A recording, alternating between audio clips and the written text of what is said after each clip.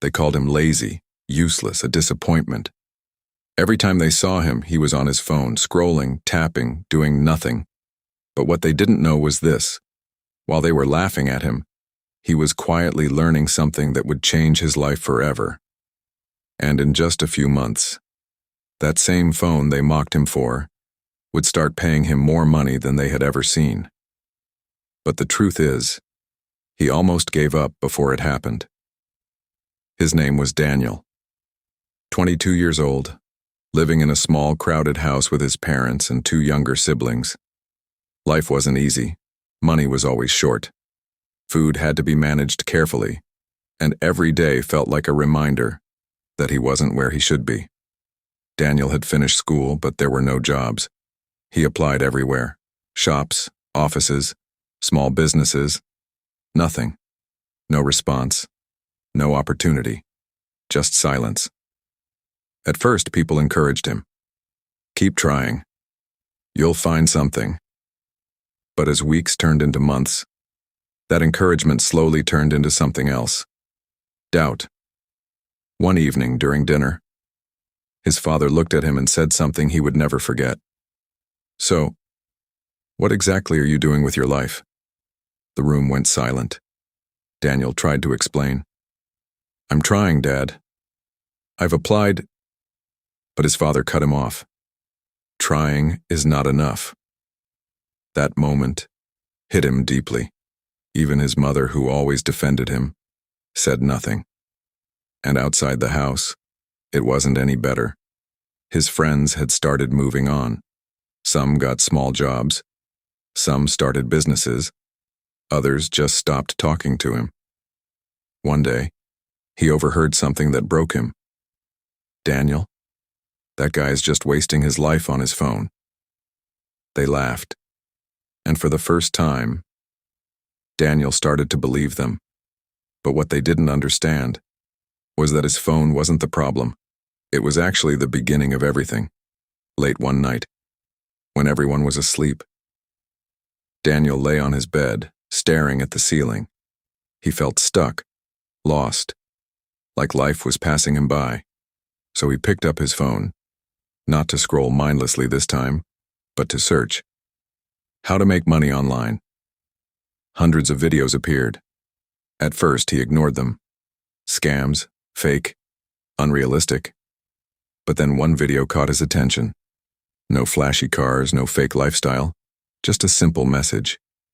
You don't need money to start. You need a skill and consistency. Daniel paused. Something about that felt real. So he kept watching.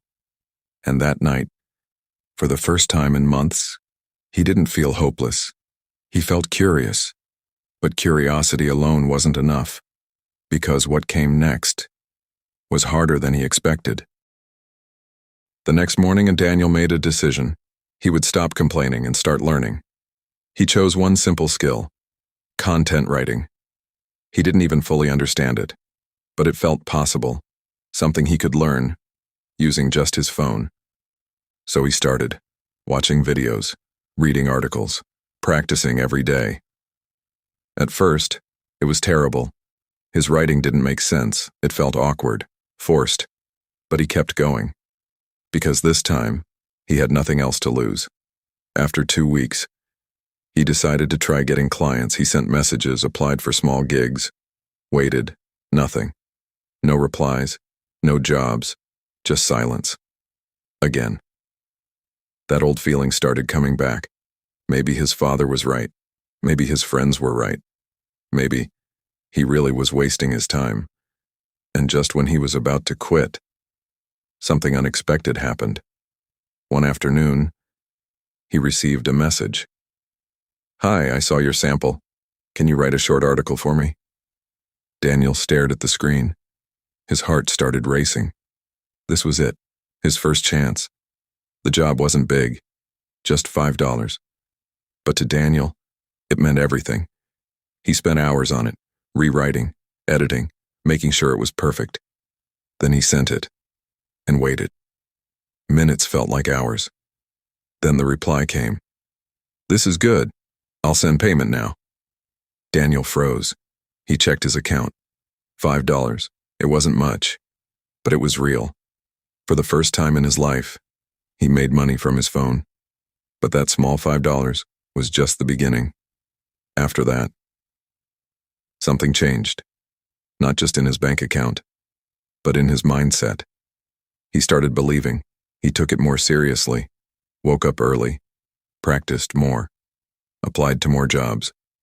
At first, progress was slow. $5, $10, $20.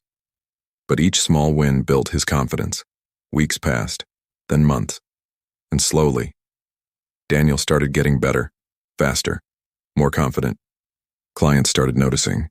One recommended him to another, then another. But what happened next was something he never imagined. One evening, he got a message from a new client. "We need a regular writer, monthly work, $300. Daniel couldn't believe it. $300 every month? From writing? From his phone? He accepted immediately and delivered his best work. That one opportunity changed everything, because from there, more clients came, better opportunities, higher payments. Fast forward 4 months later, Daniel was making over $2,500 every month. From home, from his phone, the same phone they mocked him for. Things started changing around him. His family noticed. His father, who once doubted him, now asked him questions. "How are you doing this?" His mother smiled more. The tension in the house slowly disappeared. Even his friends, the same ones who laughed at him, started reaching out. "Bro, how did you do it?" Daniel didn't hate them. He just smiled. Because deep down, he knew something they didn't. Daniel's story isn't just about making money. It's about understanding something powerful. First, being called a failure doesn't mean you are one. Sometimes, people just don't understand your process. Second, your phone is not a distraction, it's a tool. The same device people use to waste time, others use to change their lives. The difference is not the phone, it's how you use it. And finally, consistency beats everything. Daniel didn't succeed overnight. He struggled, he failed, he doubted himself, but he kept going. And that made all the difference. Now I want to ask you something. Be honest. Are you using your phone to escape your problems or to change your life? Because the truth is, your breakthrough might already be in your hands. You just haven't used it the right way yet. If you were in Daniel's position, would you have kept going or given up? Let me know in the comments. And if you want more powerful stories like this, stories that can open your eyes and change your mindset, make sure you subscribe, because your story might be the next one that changes everything.